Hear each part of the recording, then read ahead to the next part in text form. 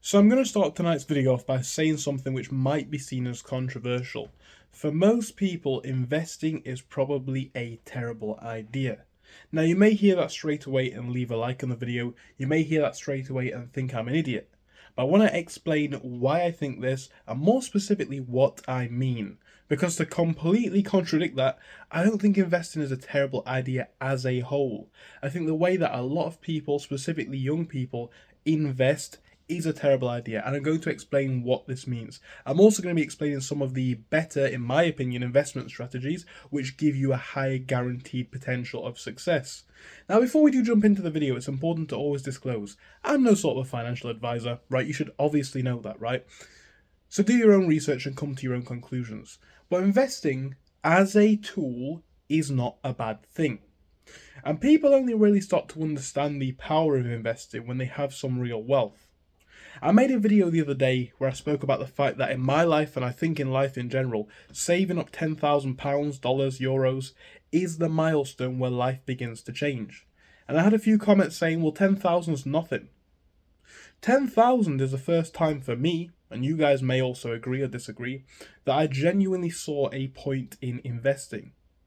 When you've got £10,000 worth of liquid capital, so maybe more realistically £15,000 total, let's say 5 for living expenses and 10 for just floating about, right? You put that into an investment account or an investment of sorts, right? Because investments aren't necessarily just stocks, commodities, or crypto. It could be something else.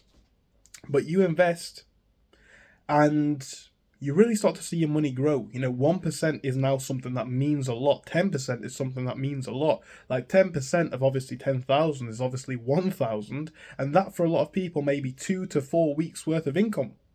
So just by having money, you are able to make money. Why investing is a bad thing for many people, especially people of my generation, in my opinion, is the way that they do it. Now, many people see investing, or what I would usually call perhaps gambling, right, as their get out of jail card. People who like to gamble on crypto, stocks, and other potentially risky commodities or assets, right, they have this argument that this is their way to get rich. And whilst there is a degree of truth to that, the issue with investing as a whole in assets which you do not control directly is that external factors which you're not aware of can quickly influence the markets. For example, rate cuts, wars, right? Recessions, earnings on a stock, a company, layoffs. All these things can have an impact on share price, crypto price, for example, right? So, and these things may happen at a relatively close surprise. You may not know what the next decision is going to be. Yet people classify this asset, which they have very little control over, as their method of getting rich. It is possible to get rich in the stock market. It is possible to get rich in crypto. But people ask, what is the easiest way to get rich in crypto? What is the easiest way to get rich in the stock market? And believe it or not, guys, I actually think I've found the answer. And this is going to shock a lot of people. In my personal opinion, and again, not an advisor, I may be right, I may be wrong.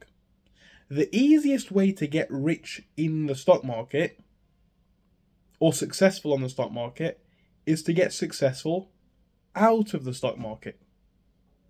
The easiest way to get successful in crypto is to get successful out of crypto.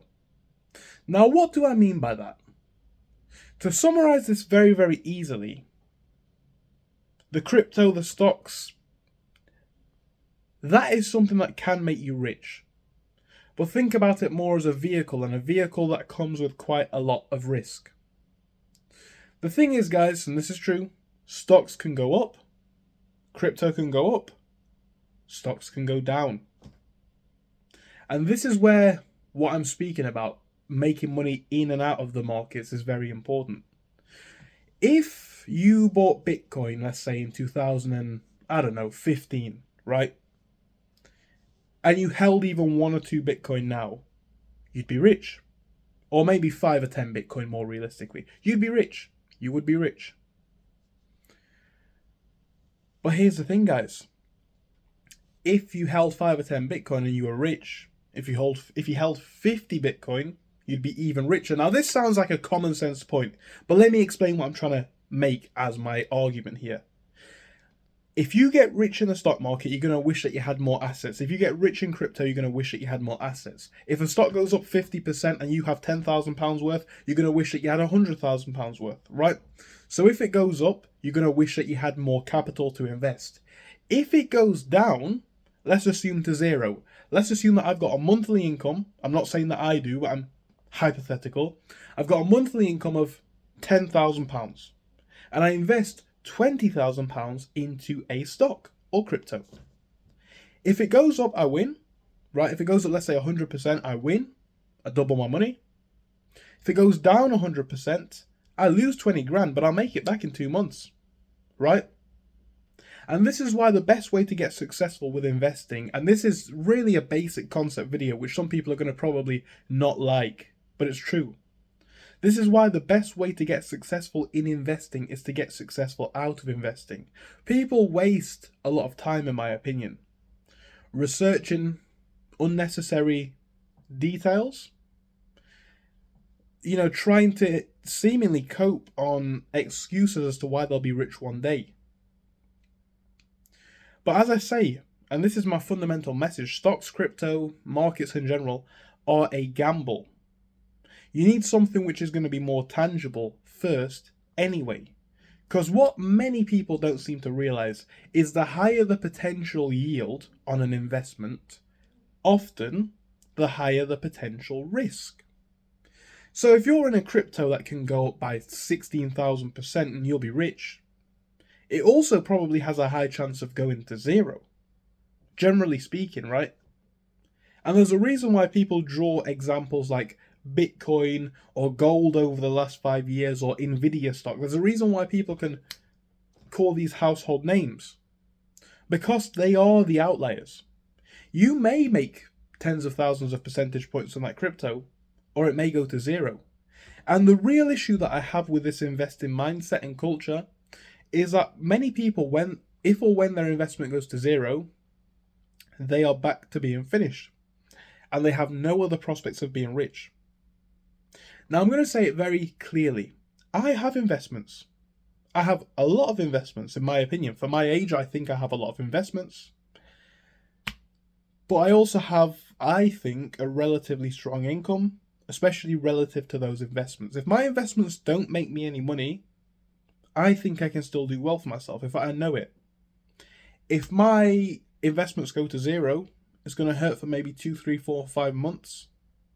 And that's fine. And even with that pain, my lifestyle will not decrease at all.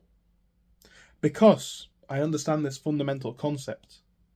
If you want to be a good investor, you need to have capital, you need to have risk tolerance. And if your only opportunity to get rich or wealthy or financially free is through your investments, then your mindset towards it's going to be different. When it goes down 15%, you won't be able to hold because you know that if it goes to zero, you're going to go broke. When in reality, it may be a dip before it rips up higher. Right? That's just one example. Or there's loads of examples, right? Like I said, position size, you may not have enough capital to go in properly.